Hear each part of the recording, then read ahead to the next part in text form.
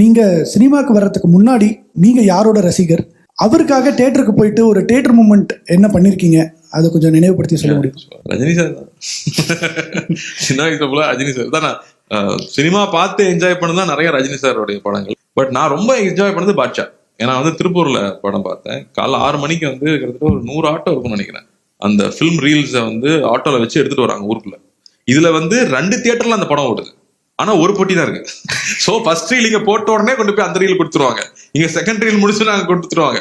அங்க first reel முடிஞ்சு திருப்பி இங்க தூக்கிட்டு வரணும். இந்த லேக் இருக்கும். அப்போ அந்த தியேட்டர்ல ஃபர்ஸ்ட் ரீல் போட்டுட்டு தான் இங்க கொண்டு வரேன்ட்டாங்க. நாங்க இந்த தியேட்டர்ல உட்காந்துட்டு இருக்கோம். கூட்டம் ஏறிட்டே இருக்கு. அவங்க டிக்கெட் கொடுத்துக்கிட்டே இருக்கிறாங்க. எப்ப தியேட்டருக்கு தானப்பா லிமிட் எல்லாம் இல்ல. இந்த தீபாவளி அன்னைக்கு ஒன்றும் பண்ண முடியாது. கொடுத்துக்கிட்டே இருக்காங்க தியேட்டர். அப்ப என்ன ஆயிடுச்சுன்னா ஒரு பாயிண்ட்டுக்கு மேல நிக்க ஆரம்பிச்சிட்டாங்க உள்ள.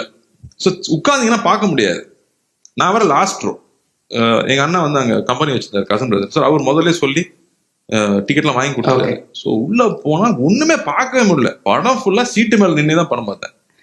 ஃபுல் படம் யாருமே கவலையே படல. கத்துறாங்க, என்ஜாய் பண்றாங்க. டயலாக் எல்லாம் ரொம்ப தெரியுதாங்க. ஸோ ஃபுல் படம் சீட்டு மேல நின்று பார்த்து ஒரு செம எக்ஸ்பீரியன்ஸ் அது.